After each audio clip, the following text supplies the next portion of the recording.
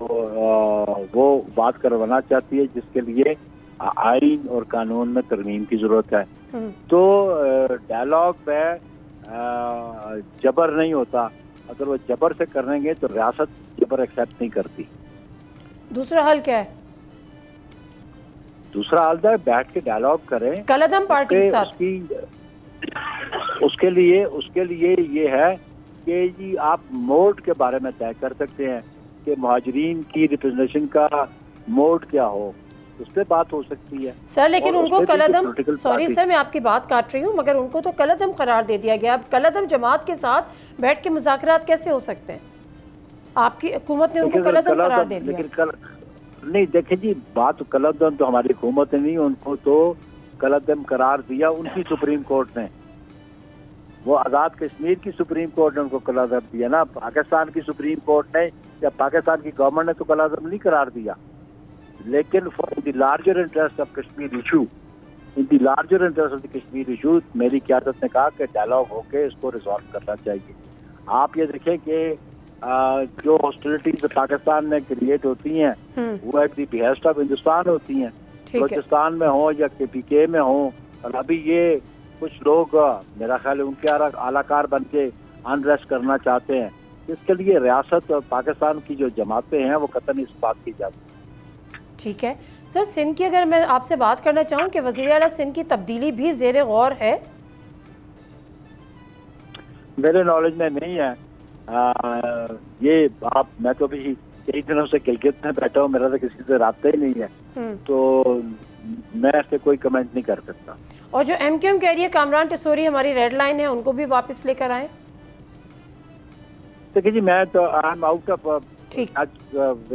Send politics, تو میں اس پہ کمنٹ نہیں کر سکتا ہوں. میری نالج میں کوئی وہاں کے حالات واقعات نہیں ہیں. ٹھیک ہے سر, نون لیگ کا اگر آپ صرف اتنا بتا سکیں کہ نون لیگ کے ساتھ جو معاملات چل رہے تھے 28ویں آئینی ترمیم کی کچھ شقوں کو لے کر, چاہے اس میں این ایف سی ہو, چاہے اس میں وفاق کو مطلب سندھ والا معاملہ ہو, 18ویں آئینی ترمیم والا معاملہ ہو, یہ تمام معاملات جو جن کا گاہے بگاہے ذکر بھی کیا بلاول بھٹو نے اپنی پوری گلگت بلتستان کی الیکشن کیمپین کے دوران, نون لیگ سے اختلافات طے پا گئے, ختم ہو گئے؟ دیکھیں نادیہ مرزا, ایک تو تھوڑا سا یہ آپ کا جو کوشچن ہے نا, یہ ٹو سم ایکسٹینٹ پریزمپٹیو یا ازمپشن پہ ہے کہ یہ ہو رہا ہے. سو فار 28 امینڈمنٹ کے بارے میں گورنمنٹ نے کوئی ڈرافٹ تو پرپوز نہیں کیا میری قیادت کو. جب وہ ہمارے ساتھ شیئر کریں گے تو اس پہ ہم اپنا رد عمل دیں گے, ہمارے کلاؤز کو ایگزامن کریں گے, اس کلاؤز کے مطابق میری پارٹی اپنا ڈیسیژن کرے گی. تو ابھی تو ہم ان کے ساتھ اس حد تک الائنس میں بیٹھے کہ ہم ٹریجری بینچز میں بیٹھے ہیں, ہم ان کی گورنمنٹ کو سپورٹ کرتے ہیں, ہم ان کو جو ریکوائرڈ نمبر کی اسٹرینتھ ہے وہ پیپلز پارٹی فراہم کر رہی ہے. لیکن ڈے ٹو ڈے افیئرس میں ڈفرینسز آف اوپینین ہو جاتا ہے اور وہ ریزالو بھی ہو جاتا ہے. یہ ڈیموکریٹک پروسیس میں یہ تو سلسلہ جاری رہتا ہے. سر جن کو آپ ایزمپشنز کہہ رہے ہیں, تو کیا بلاول بھٹو زرداری صاحب نے گلگت بلتستان میں یہ ایزمپشنز پہ اپنی الیکشن کیمپین چلائی, جس میں انہوں نے کراچی کا بھی ذکر کیا, جس میں انہوں نے 18ویں ترمیم کا بھی ذکر کیا, جس میں انہوں نے این ایف سی ایوارڈ کا بھی ذکر کیا؟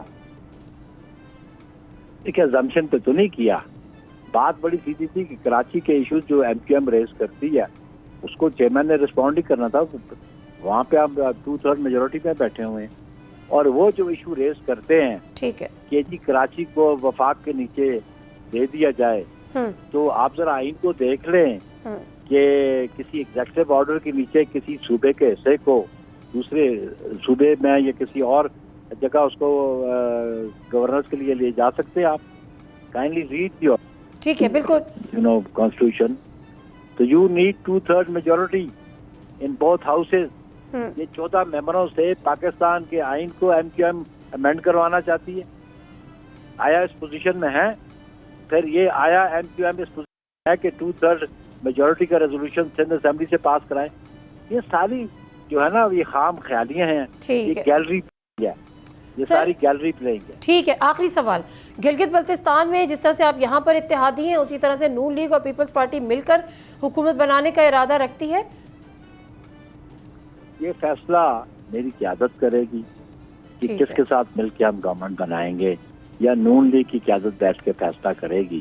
مطلب ہے کہ اس کے بارے میں اس پوزیشن میں نہیں ہوں کہ ہم کس کے ساتھ مل کے کریں گے اور کس کے ساتھ کریں گے. ٹھیک ہے. اور کیا وفاق میں دوبارہ سے آپ کو حکومت میں آنے کی کوئی دعوت دی گئی ہے کہ وزارت قبول کریں اور بلاول بھٹو زرداری صاحب کے لیے کوئی اہم وزارت کی آفر کی گئی ہے؟ نہیں، ایسی کوئی بات میرے نالج میں نہیں ہے. ٹھیک ہے، بہت شکریہ نیر حسین بخاری صاحب. اور اصل ہے جو مدعا ہے جس کی وجہ سے نیر حسین بخاری صاحب ابھی بھی گلگت میں موجود ہیں، اور وہ یہ کہتے ہیں کہ جو پیپلز پارٹی کے مخالفین ہیں وہ نہیں چاہتے کہ گلگت بلتستان میں ان کی حکومت بنے، اس لیے وہاں پہ بہت سارے غیر قانونی اور غیر آئینی کام ہیں. تاہم آئی پی پیز کے جو 4 آزاد اراکین نے ان سے ملاقات کی ہے، انہوں نے کہا ہے کہ ہم آپ کو فیور اور ہم آپ کو سپورٹ کرنے کے لیے تیار ہیں، لیکن ساتھ ہی انہوں نے کوئی وزارتیں بھی مانگی ہیں، لیکن ابھی تک کوئی حتمی فیصلہ اس حوالے سے نہیں ہوا. پروگرام سے دیجیے نادر مرزا کو اجازت. اللہ حافظ.